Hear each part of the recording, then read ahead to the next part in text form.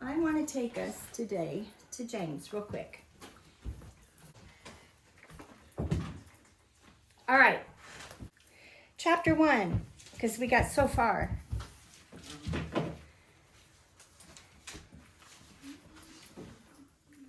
All right. I'm going to start at verse 5 because we did 1 through 4 last week, right? About perseverance, and let perseverance, endurance, consistency have its perfect work, right? We talked about that. Letting it play all the way out. Sticking in there. When you feel like it's done, stay just a little bit longer. Okay, just a little bit longer, because sometimes that little bit longer will be the breakthrough. All right? What else you got to do? Seriously. Whatever it is, it'll be there when you're done. Okay? All right. Okay, verse 5. Now, if any of you lacks wisdom, well, we're not going to get very far today either. Let him ask God, who gives to all generously and without reproach. What a word. And it will be given to him. But let him ask in trust, doubting nothing, for the doubter is like a wave in the sea, being tossed and driven by the wind. Indeed, that person should not think that he will receive anything from the Lord, because he is double-minded, unstable in all his ways. Okay. Wisdom.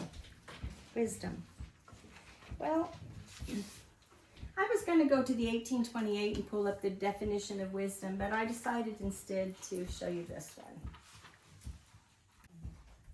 Wisdom is broad and full of intelligence. That means they're not an expert in one field. They have knowledge or understanding in multiple areas. Used of the knowledge of very diverse matters. You know, now everybody gets a degree in one subject. That's not wisdom. The very knowledge of things human and divine, acquired by acuteness and experience, summed up in maxims and proverbs. What's a book that is full of wisdom? Proverbs. Who wrote it? Solomon. The wisest man who became a fool. Science and learning. The act of interpreting dreams and always giving the sagest advice. The intelligence evinced in discovering the meaning of some mysterious number or vision. The skill in the management of affairs. Devout and prudent intercourse with men, not disciples of Christ. In other words, what Paul said, you would be ready with the word to those who, why? Because you can relate with where they are. You're not coming to them from a quote-unquote church mindset. You're meeting the person at their need. If any of you lacks wisdom, if you lack any of this, ask him for it. But before you ask him for it, I'm going to warn you, it's going to cost you. It's going to cost you. It's going to cost you friends. It's going to cost you reputation. What? Yeah. It's going to cost you. Because you don't see things from a human perspective any longer. And if you think I'm nuts, well, let me give you some examples. Deuteronomy 34:9 says that it's a spirit of wisdom. Moses laid his hand on Joshua. It was a transference of, remember, hand transfers. Spirit of wisdom. That comes from Abba. Well, isn't that what James says? If any of you likes wisdom, ask Abba. He's the source of wisdom. Are you going to get it overnight like Solomon did? No. No. You're not. It's going to come through trials. It's going to come through tribulation. going to come through testing, isolation. It's going to come through loneliness. Because you see, you're not going to see things the way other people see things. You're not. And so your response is going to be different than everyone else. Because you're not looking at it down here. You're looking at it differently. You're seeing things differently. Okay? And your responses aren't your own.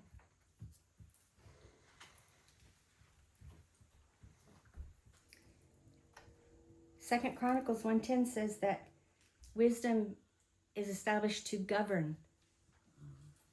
So your leaders better have wisdom. That's why you don't elect a 20-year-old president. They don't got wisdom. No. Of course, never mind. Moving on. Gray hair doesn't necessarily mean wisdom. Okay? Okay. Second Chronicles 9, somewhere in the 20s, said that God put wisdom in his mind.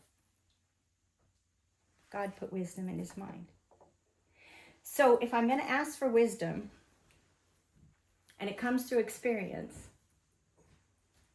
I have to be willing to do several things, which gets us down to double-mindedness. So I'll get there in a minute, and I'll tell you how to do that, okay? I will tell you how to do that. But real quickly, let me run to...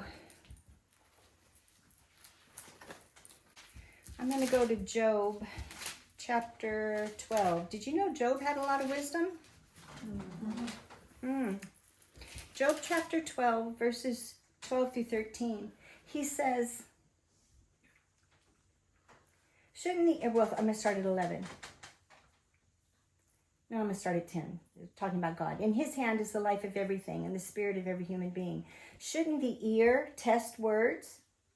In other words, don't believe everything you hear just because they have a certain label. Just as the palate tests food, don't you, before you just put a whole bite in your mouth, don't you take a little nibble to see if it's good? Test the fruit. Test the fruit. Is wisdom only with aged men and discernment only with long life? No. Even a child is known by their doings. With God are wisdom and power. He has good counsel and understanding. Okay?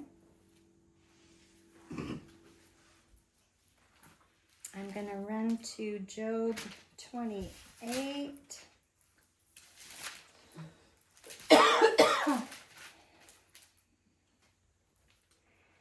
And to human beings he said, Job 28:28, fear of Adonai is wisdom. You want wisdom? Fear God.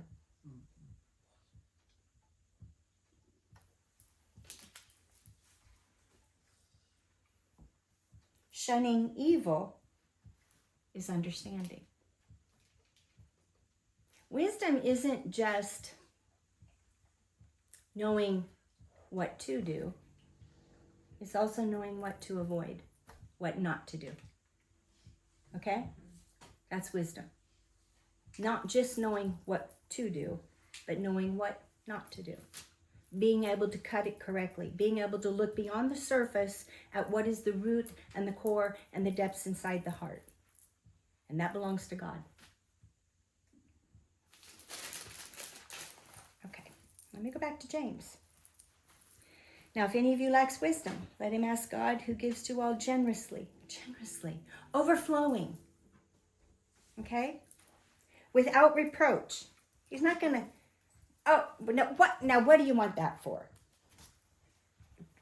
Sherry's turn. Okay, you little fool, why do you want wisdom? So I won't be a little fool? And it will be given to him. But Let him ask in trust. What is trust? Faith. What is faith? Believing. What is believing? Come on, I want you to go down deep. I think it's when you, in this situation, it's when you ask, and because you know who God is, you wait for him to give to you on his time and in his way. You know that that you are his child. He loves you, and you accept whatever he's going to give you in the way he wants to give it. Expect it. Okay. Okay. Faith is the substance of things hoped for, the evidence of things not seen. That's what Faith is the substance of things hoped for. The evidence of things not seen. So even if you don't see it, I know it. Doesn't mean I don't Okay. believe it. So here's the thing. If you want to know what trust, faith, and belief are at its core, at its rock core, it is confidence like Stephen. yeah. It is confidence. I know that I know that I know that I know that I know that I know. He is who he says he is. Mm-hmm. He does what he says he does. Now I either step in and believe it and stand on it, or I don't. That's trust. That's what he's asking for. At the rock core center. Okay. Doubting nothing. There's no room for doubt. See, that term, doubting nothing, is almost unnecessary. Well, it is unnecessary if you trust. If you have confidence, if you have that core. Okay? All right. For the doubter is like a wave in the sea being tossed and driven by the wind. Oh, well, just in case. Don't ever do this. Okay? My example, growing up, my mother would go, just in case I was raised wrong. That should speak volumes. What does that mean? There's a plan B. What does that mean? I have that just in case. You don't believe what you had said about it in the first place because you come up with. You're prepared for it not to happen. So what I'm saying is there is no second. There is no plan B. There is no other. He is God and he alone. There is none other. Okay? James is deep. Yeah. James takes you right to the heart of the matter. Rubber It's your meets the heart. road. Yeah, it does.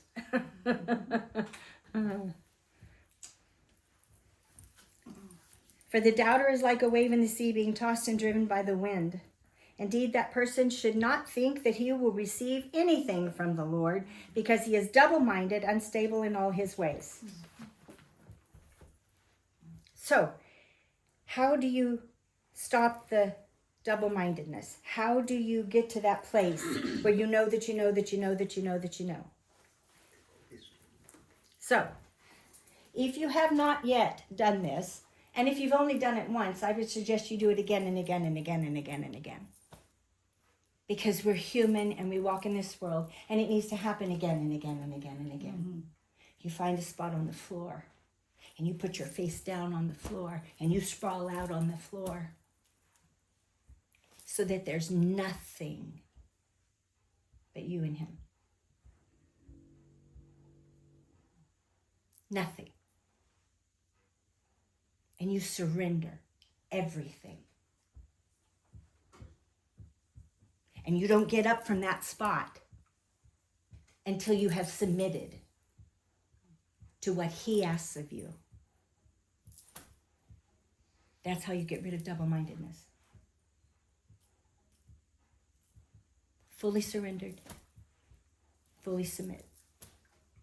Nothing else is important, because everything else falls in place. He's a good father. You will lack nothing. Doesn't mean I don't have to go fix dinner later. That's not what I'm saying. But you. And you need to go there a lot. Especially now. Why? Because we're on the precipice. The world changed last night.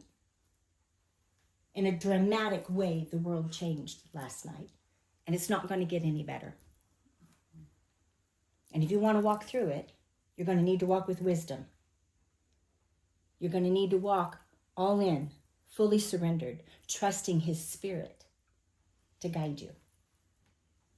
Not some teacher, not some whatever's out there. Does that make sense? Okay. And then you have to believe 1,000% off the charts. No other choice. No second guessing. No other options. Okay? And then we go back to what we did last week in the first 4 verses. You be steadfast. And what is steadfast? Endurance is what one of the words says. Perseverance. I call it constancy. You're consistent. Okay, it's constancy. You are constantly in that state. You are constantly abiding. You are constantly acknowledging him. You are constantly aware of him, seeking his will. Consistency. It's called deliberate purpose. You choose. It's all a choice. Everything's a choice. Everything you do is a choice. To disbelieve, to have doubt is also a choice. Okay? So where did Solomon fail? Let me take you there. So where Solomon failed was he got to the end of himself. He had the wisdom. God gave him wisdom because he asked for wisdom. But what he did was he chose then to experience. He's supposed to, and you're going to find it in Ecclesiastes, where I went now to go search things out because wisdom wasn't enough. He didn't have the experience to go with it, but he sought experience and saw how futile it all was. Does that make sense? Mm-hmm. So don't seek experience for experience sake. You don't have to try things necessarily to know them. You can learn by observation. You can also gain wisdom by watching someone else go through things. Mm-hmm. Wisdom doesn't necessarily mean you have to taste it. Okay? But you allow his Spirit in you to show you things, to see things differently. Okay? So that's where Solomon, he started relying on himself and seeing wisdom as his, not from God.